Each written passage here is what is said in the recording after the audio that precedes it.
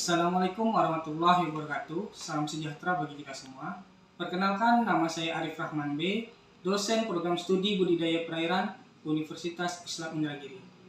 Saya hari ini akan memaparkan tentang pembelajaran mata kuliah biologi laut yang sesuai dengan bidang keilmuan saya. Biologi laut merupakan salah satu mata kuliah wajib di bidang program studi budidaya perairan Universitas Islam Indragiri. Mata kuliah ini juga banyak muncul di program studi perikanan dan kelautan lainnya. Khusus di Universitas Islam Indragiri, mata kuliah biologi laut ini memiliki total SKS untuk 3. Dalam proses pembelajaran mata kuliah biologi laut ini dilakukan dengan luring dan daring. Untuk luring sendiri itu digunakan untuk dengan cara ceramah, diskusi, dan praktikum. Sedangkan untuk daring biasa dipakai dalam kondisi-kondisi tertentu di saat di luar kota maupun terjadinya pandemi. Dalam mata kuliah biologi laut ini memiliki capaian pembelajaran mata kuliah, yaitu yang pertama, mengetahui ruang lingkup dari biologi laut. Di sini bertujuan mengajarkan mahasiswa agar mampu menguasai kriteria-kriteria yang masuk dalam biologi laut. Yang kedua, mempelajari ekosistem pesisir dan laut, di mana capaiannya itu mahasiswa mampu menguasai dan memahami berbagai macam jenis ekosistem biologi laut, khususnya di kawasan pesisir dan laut. Yang ketiga, ekobiologi atau bioekologi dari vertebrata laut. Ini berfokus dengan memberi pembelajaran kepada mahasiswa agar menguasai jenis-jenis dari hewan bertulang belakang, khususnya vertebrata yang ada di perairan. Sedangkan yang keempat itu adalah ekobiologi atau bioekologi dari avertebrata perairan laut. Khususnya ini untuk hewan-hewan yang tidak bertulang belakang yang hidup di kawasan pesisir dan laut. Kemudian yang kelima itu mensinkronkan apa hubungan mata kuliah biologi laut ini terhadap bidang program studi budidaya perairan. Yang keenam, itu capaian pembelajarannya itu mampu menguasai metode sampling di bidang biologi laut. Nanti ada contohnya, insya Allah akan saya tanyakan.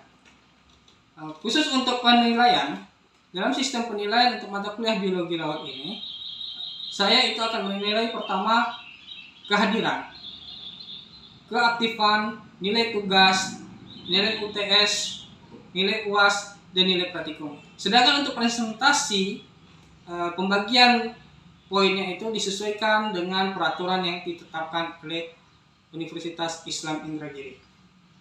Assalamualaikum warahmatullahi wabarakatuh. Waalaikumsalam warahmatullahi wabarakatuh. Selamat pagi semua. Ini kita akan membahas tentang mata kuliah biologi laut, di mana mata kuliah ini merupakan salah satu mata kuliah wajib di program studi budidaya perairan Universitas Islam Indragiri, dan mata kuliah ini juga merupakan salah satu mata kuliah yang hampir di seluruh program studi perikanan dan kelautan mempelajari. Sebelum kita masuk ke pertemuan berikutnya, alangkah baiknya kita harus tahu dulu materi apa saja yang ada di biologi laut dan seberapa pentingkah biologi laut itu di program studi budidaya perairan. Oke. Pertama kita akan melihat pengertian dari biologi laut. Secara garis besar, biologi laut itu merupakan cabang ilmu dari ilmu biologi dasar. Jadi kalau saudara-saudara mahasiswa yang belum lulus biologi umum, saya sarankan jangan mengambil biologi laut dulu, karena harus dituntaskan dulu mata kuliah biologi umumnya, baru bisa dapat mengambil mata kuliah biologi laut. Secara definisi, biologi laut itu sendiri merupakan ilmu yang mempelajari tentang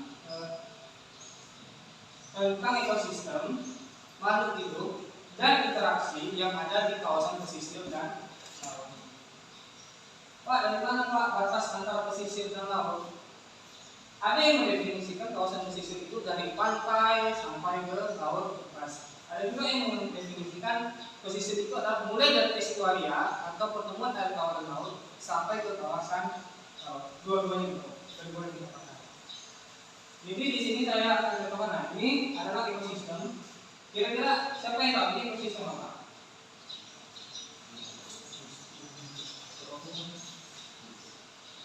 Ini bukan rumput laut ya. Lamun itu apa, Pak? Oke, bukan. Ini adalah lamun. Lamun ini bahasa Inggrisnya seagrass. Jadi kalau kalian dalam bahasa Inggris menerjemahkan seagrass pakai rumput laut, itu bukan rumput laut dalam istilah perikanan. Ini namanya padang lamun. Sedangkan yang bawah adalah terumbu. Kemudian berikutnya adalah makhluk hidup. Di sini ada ikan hiu dan ada penyu. Sekarang kita ambil. Kalau biologi laut berarti semua yang hidup di kawasan laut kita pelajari seperti mamalia, reptil, termasuk dari kelompok Pisces. Pisces wajib soalnya kan. Kemudian interaksinya. Nah, interaksi ini adalah interaksi antara kita dengan ekosistem terumbu karang. Ini adalah manusia dan terumbu karang. Manusia soalnya termasuk yang berperan banyak berinteraksi dengan ekosistem selain dari makhluk hidup yang ada di laut itu sendiri. Oke, kita lihat materinya apa saja sih di biologi laut ini. Di biologi laut itu pertama kalian akan nanti mempelajari ruang lingkup biologi lautnya dulu, agar tidak melebar ke mata pelajaran lain. Kok nanti dari biologi laut bisa belajar tentang kimia, fisika? Tidak, kita akan fokus tentang biologi laut. Makanya ada materi ruang lingkup biologi laut. Kemudian yang kedua itu kita akan mempelajari ekosistem pesisir dan laut. Ekosistem pesisir dan laut ini beragam. Ini sangat penting untuk mengetahui bagaimana kondisi suatu wilayah yang didiami makhluk hidup. Kemudian yang ketiga kita akan mempelajari tentang ekobiologi, ada juga yang disebut bioekologi, sama nih, eko dan bio yang kita. Tentang vertebrata. Masih ingat mata biologi dasarnya vertebrata itu apa? Hewan yang memiliki tulang belakang. Ini sudah tertulis sebenarnya. Betul tak? Oke. Jadi kita akan fokus mempelajari tentang vertebrata yang ada di laut. Kemudian yang materi keempat itu ekobiologi atau bioekologi dari vertebrata. Tadi ada yang bertulang belakang, berarti kalau vertebrata tidak bertulang belakang. Kita juga akan mempelajari itu. Karena semua berkaitan, tidak boleh belajarnya setengah. Kemudian yang kelima, baru kita tengok hubungan antara mata kuliah biologi laut ini dengan program studi di daya perairan. Yang keenam baru kita nanti ada sampling lapangan. Kalau tidak ada halangan, insya Allah kita akan melakukannya. Biasanya di pertengahan setelah UTS atau dekat mau ujian akhir semester. Materi utama kita lingkup biologi laut ini berkaitan hewan dan tumbuhan laut. Ini contohnya ada kepiting, ada kerang. Kemudian kita mengenai bagaimana pengelolaan dan pemanfaatan. Sekarang kalian sudah tahu fungsi biologi laut, nanti bisa kerang. Apakah kalian sudah tahu kalian diamkan saja? Oh itu kerang, oh itu kepiting. Jadi kita akan harus tahu juga bagaimana sih perkembangan pengelolaannya dan pemanfaatannya. Karena ilmu itu berkembang dan ada misalnya suatu organisme yang sebelumnya tidak bisa dimakan, dengan perkembangannya pengetahuan bisa dimakan. Contohnya apa? Ikan buntal. Ikan buntal itu dulunya kalau tidak mau makan karena beracun. Sekarang sebagian tidak ada yang bisa makan dan bisa dimakan. Maka kita juga akan mencari tahu dan mempelajari pengelolaan dan pemanfaatannya. Kemudian berikutnya apa lagi? Pengguna. Ibaratnya kalian punya sepeda motor, atau kalau di kanannya kalian punya sampan, ya kan? Ada sampan, tapi tidak ada yang makan. Berguna atau tidak? Ya. Makanya pengguna adanya pengguna. Ada sampan, ada yang makan, baru berguna, betul tak? Jadi kita tahu ini ada kerang. Jadi kita mau tahu ada pemanfaatan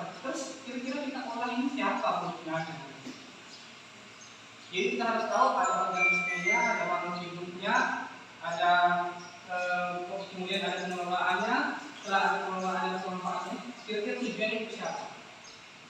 Sekarang misalnya kita nanti dari biologi laut, sekarang menangkap kepiting. Dari kepiting, kan nggak tahu nih mau diapakan kepitingnya. Jadi harus tahu penggunaan. Oke, lanjut. Paham tadi? Kemudian untuk materi yang kedua tadi membahas tentang ekosistem. Ekosistem laut ini bisa dikelompokkan menjadi dua supaya bisa memahaminya. Yang pertama itu dapat dibagi berdasarkan komunitas. Komunitas ini adalah kumpulan dari makhluk hidup yang menyusun suatu daerah yang berkumpul sehingga dia menjadi ramai dan dapat menyusun menjadi salah satunya ekosistem mangrove. Kalau orang awam bilangnya bakau. Padahal ekosistem mangrove itu bukan pohon bakau saja, ada limpah di situ, ada piai di situ, ada silocarpus atau nyiri, ada sesok atau teruntung, ada pedada, ada bakau, ada aki-aki. Tapi yang kasih ini lain terbuang gara-gara orang itu hutan. Padahal itu adalah mangrove. Kemudian ada ekosistem lamun, ekosistem terumbu karang, dan ekosistem terumbu laut. Ini akan dijelaskan interaksi antar ekosistem ini di pertemuan berikutnya. Karena ini karena saya cuma mengasih gambaran bahwa berdasarkan pembagian ekosistem yaitu berdasarkan komunitas. Itu ada 4: mangrove, ekosistem lamun, terumbu karang, rumput laut. Karena biasanya di ekosistem itu kan dominan. Kenapa di pesisir kawasan kewilayahan ini banyak disebut banyak kawasan hutan mangrove, kawasan hutan mangrove? Karena dominannya dari spesies mangrove. Oke, yang lagi berikutnya berdasarkan letak. Ada berbagai macam estuaria. Ada yang tahu estuaria? Coba angkat tangannya. Ada yang tahu?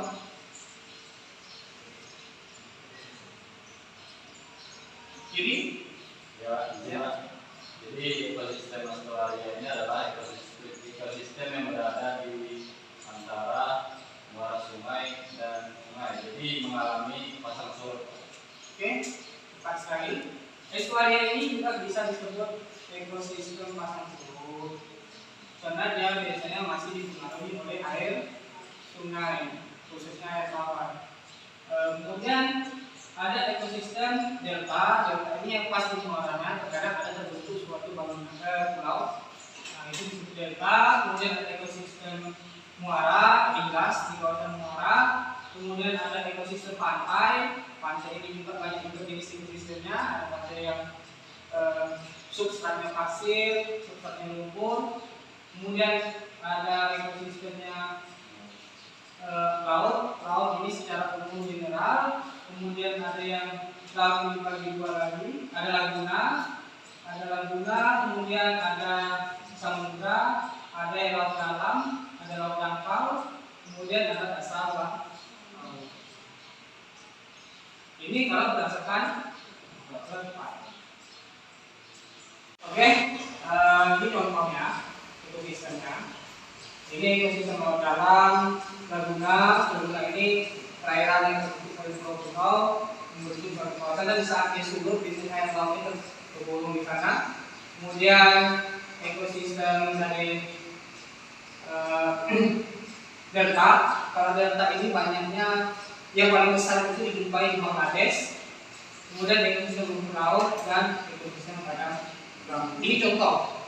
Banyak lagi ekosistem lain gambarnya sudah muat diceritakan. Oke. Ada yang mau ditanyakan di sini? Mengenai ekosistem laguna, Pak. Yang itu ekosistem laguna itu terjadi dengan sendirinya apa dibuat oleh manusia? Biasanya ekosistem laguna itu adalah kawasan yang alami. Tetapi di zaman modern sekarang banyak laguna yang dibuat, apalagi untuk peruntukan resort. Dan kalau untuk tempat peruntukan resort itu mereka juga pakai para ahli biologi laut.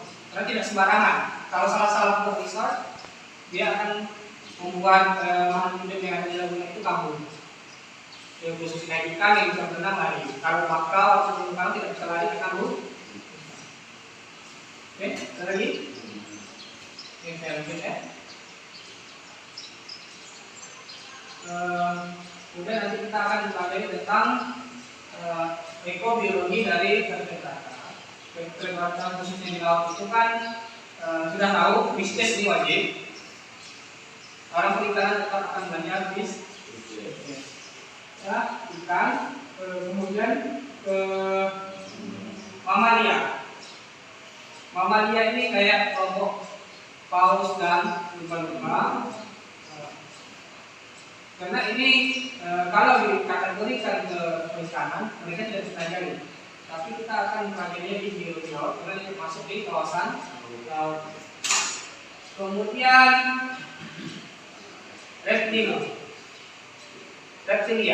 reptilia ini ya kayak ular laut, penyu itu masuk reptil, buaya.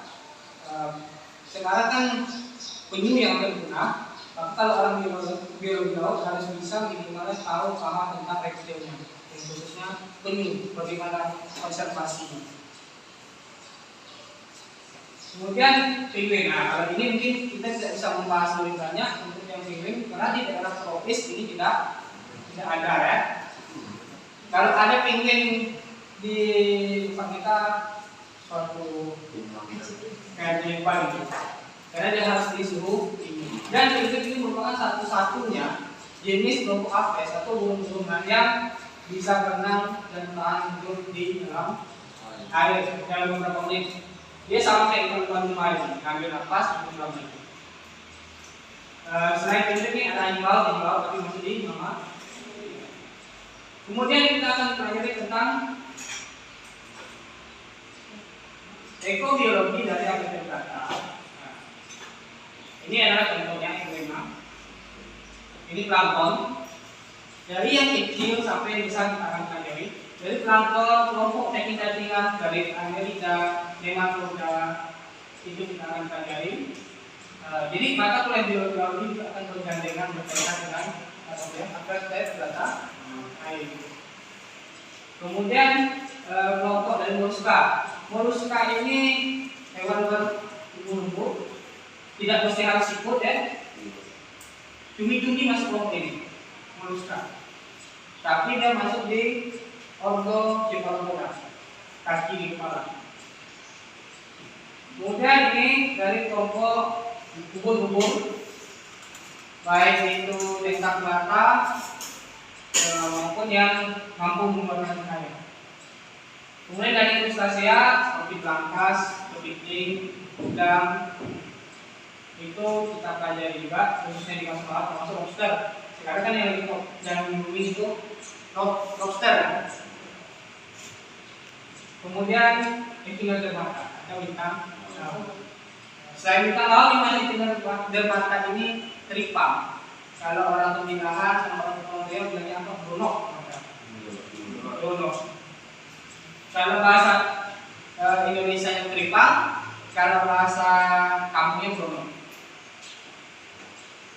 Paham nanti nih? Oke, sekarang lanjut.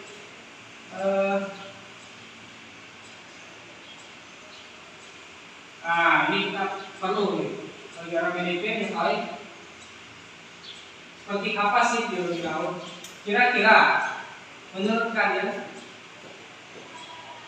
sebelum saya tanya, kira-kira menurut kalian bagaimana sih kaitan biologi laut ini dengan program studi budidaya perairan setelah saya jelaskan di awal tadi? Sudah ada gambaran belum? Atau kalian belum paham juga?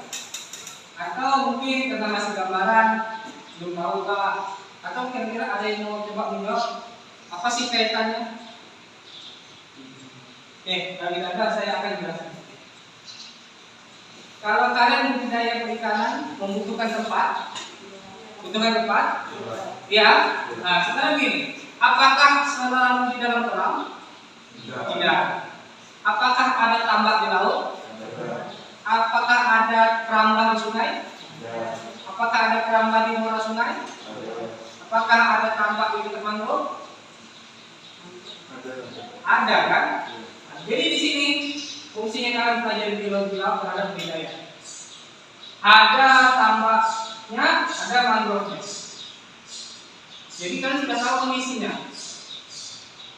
Kan tidak serta-merta, oh aku mau buat budidaya di sungai, aku mau budidaya di mandak. Tetapi kan tidak tahu mandak itu ekosistem apa. Kan susah ya, cuma tahunya laut.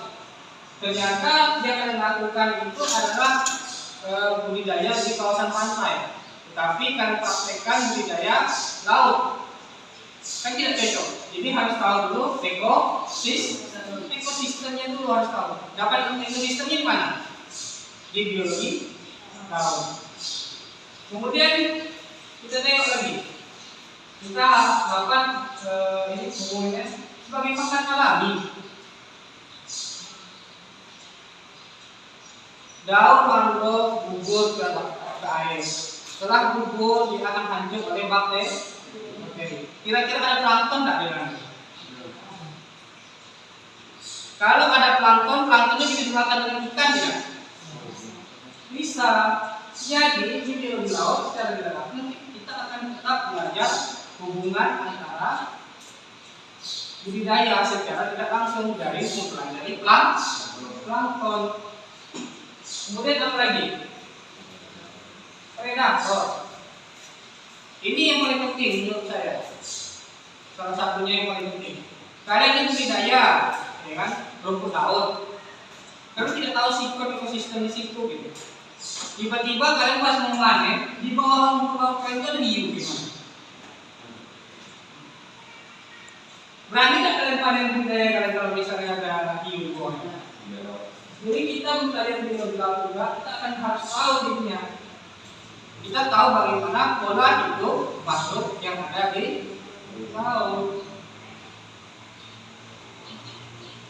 Jangan bolehkan buat budidaya tapi tempatnya tak aman. Kalau itu bikin budidaya dekat muara, tapi dekat pula dengan sarang buaya.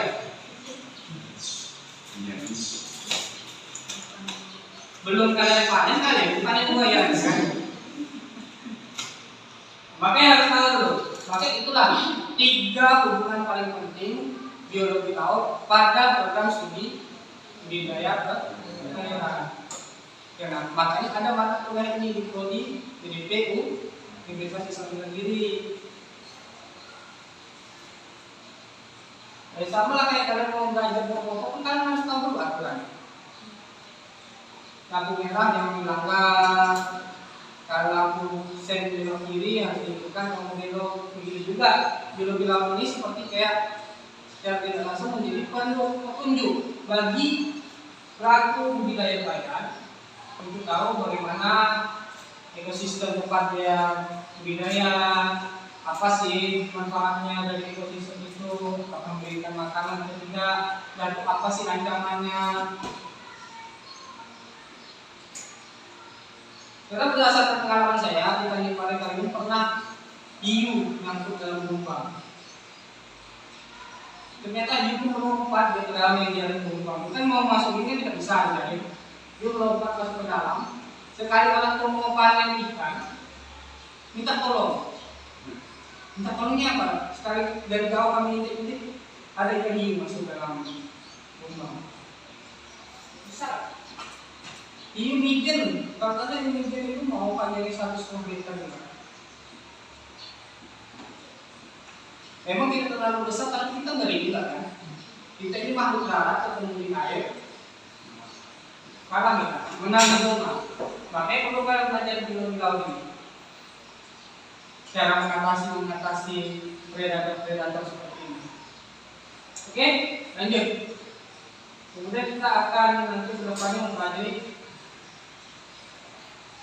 untuk sampling biologi laut. Dalam sampling biologi laut ini biasanya akan dilakukan pertama struktur komunitas.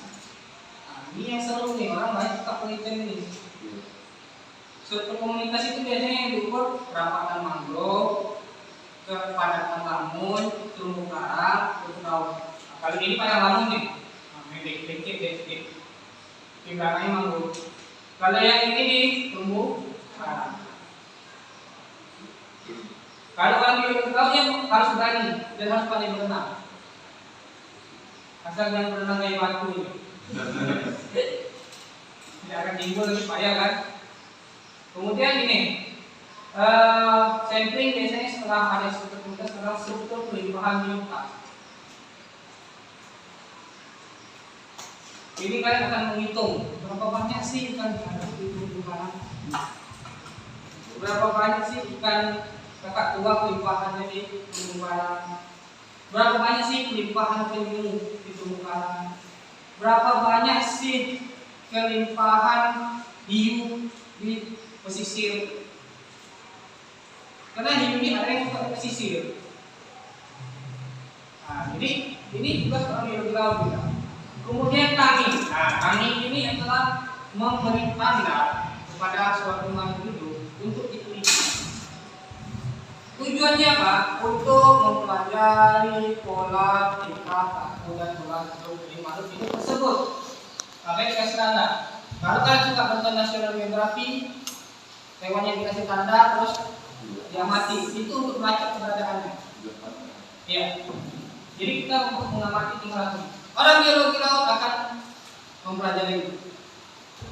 Kalau ikan biasanya dikasih punggung, akan dikasih tanda. Kalau ini kebetulan di penyu, di punggungnya dikasih alat. Jadi kita tahu berenang kemana aja penyu ini.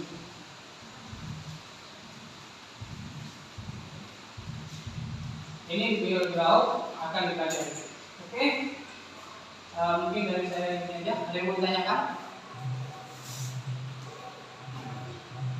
Menarik nggak biologi laut ini menurut kalian? Oh, kamu udah sahabat praktikum ya? Nanti kita akan praktikum setelah UTS. Ini kalau ada pertanyaan, dari kurang mohon maaf dari saya. Assalamualaikum warahmatullahi wabarakatuh. Waalaikumsalam warahmatullahi wabarakatuh. Cara nyampling untuk biologi laut, khususnya untuk ekosistem mangrove. Ini kebetulan ada salah satu sampel buah. Sedikit saya jelaskan. Ini airnya lebih dalam dan karena banyak berdana dan ini bisa membuat dataran menjadi naik. Kenapa dia menjadi tanah yang menjadi naik? Karena akarnya itu hipertensil, timbul-timbul dari jarum. Nah, itu fungsi akar itu mengikat tanah. Dan kejadian seperti ini bukan di sini aja, kejadian di daerah Bagan Siapi-api. Bagan Siapi-api itu banyak pohon api-api dengan akar api-apinya banyak menonjol. Jadi setiap tahun itu tanah kota Bagan itu bertambah ke laut. Nah, jadi dia akan timbul menjadi tanah baru. Jadi salah satu untuk mengetahui pertumbuhan dari mangrove itu kan salah satu kita struktur komunitas.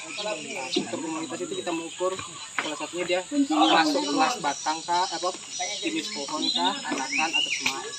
Terus yang kedua dari mangrove ini kita bisa juga ini jenis untuk yang perpat bisa diolah menjadi sirup yang agak kecil buahnya kalau masak.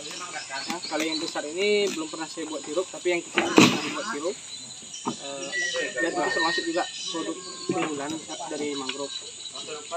Kemudian sebelum kita proses untuk komunitas, jadi mangrove ini kita nanti ada mengukur diameternya dulu.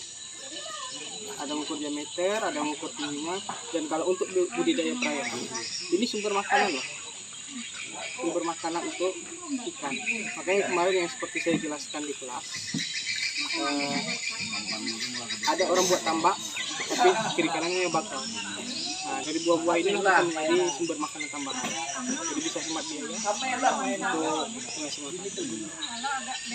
Jadi sekarang yang kita akan lakukan pertama kali kita akan belajar dulu bagaimana cara mengukur, mengetahui dia kelas pohon kah, kelompok pohon, kelompok anakan atau semai.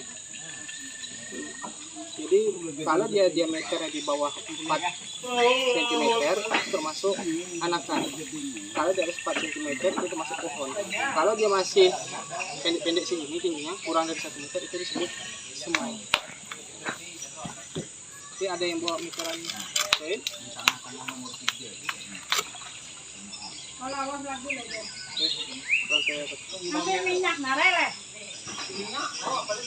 Jadi boleh kita tengok sini. Oke. Pertama kita bisa mengatakan dia pohon. Kita harus mengukur tingginya 1,3 meter atau 130 cm dari bawah, dari tanah. Nah, kira-kira setinggi dada. Walaupun setiap orang tingginya berbeda-beda, rata-rata setinggi dada. Dan pertama kita ukur adalah dia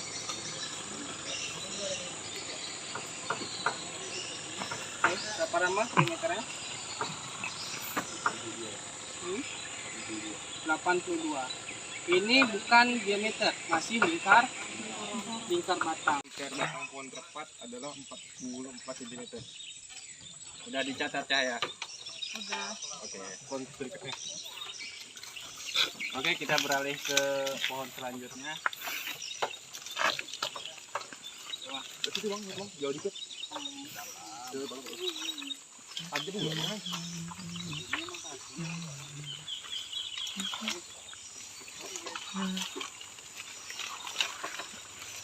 Dia awak lagi dia.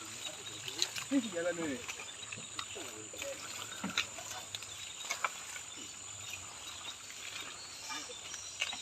Pohon yang ketiga, kan? Ya. Berapa?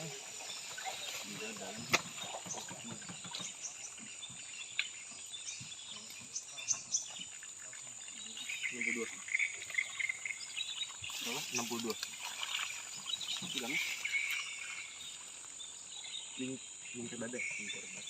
Lingkar batang pohon tepat yang ketiga 62 cm.